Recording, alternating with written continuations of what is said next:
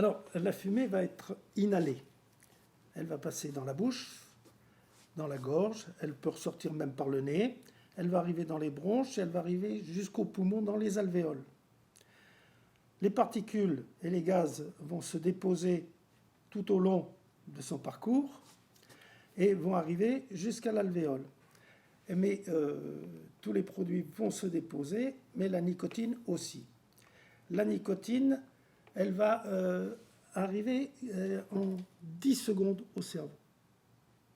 Et c'est ce qui provoque le shoot, ce qu'on appelle le shoot, le pic de nicotine. Et c'est ça qui va provoquer le plaisir de la cigarette. Mais c'est aussi ce qui va provoquer la dépendance. Oui, elle est dangereuse, mais à des doses qui ne sont jamais atteintes ni par l'inhalation de la fumée de cigarette, ni par la substitution.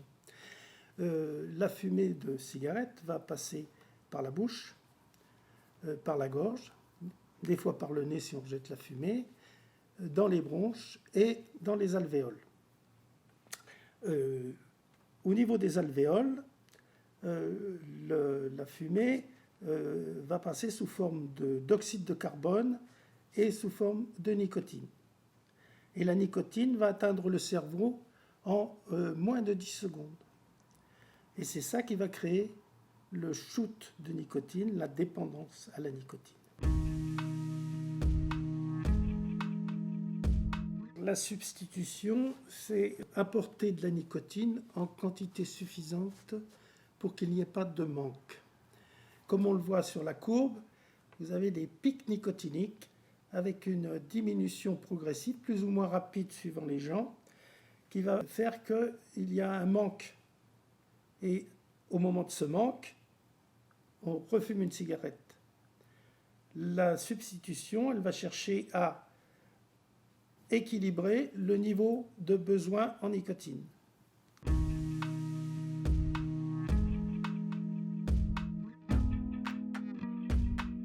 Il y a plusieurs types de substituts.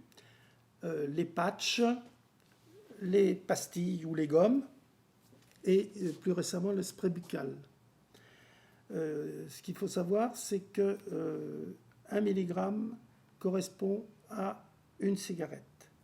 Donc quelqu'un qui fumera 20 cigarettes prendra un timbre à 21 mg, grosso modo, puisque c'est des timbres à 7, 14, 21. Enfin, bon, les pharmaciens savent prescrire ce genre de médicaments. Et puis il y a la cigarette électronique qui peut être chargée en nicotine.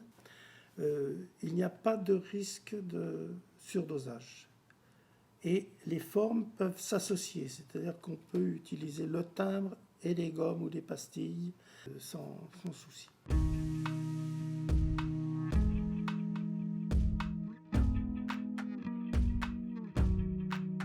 On est parti sur 1 mg par cigarette de nicotine.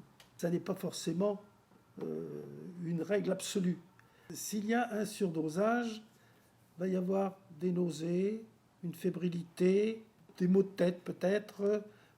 C'est comme si on avait trop fumé.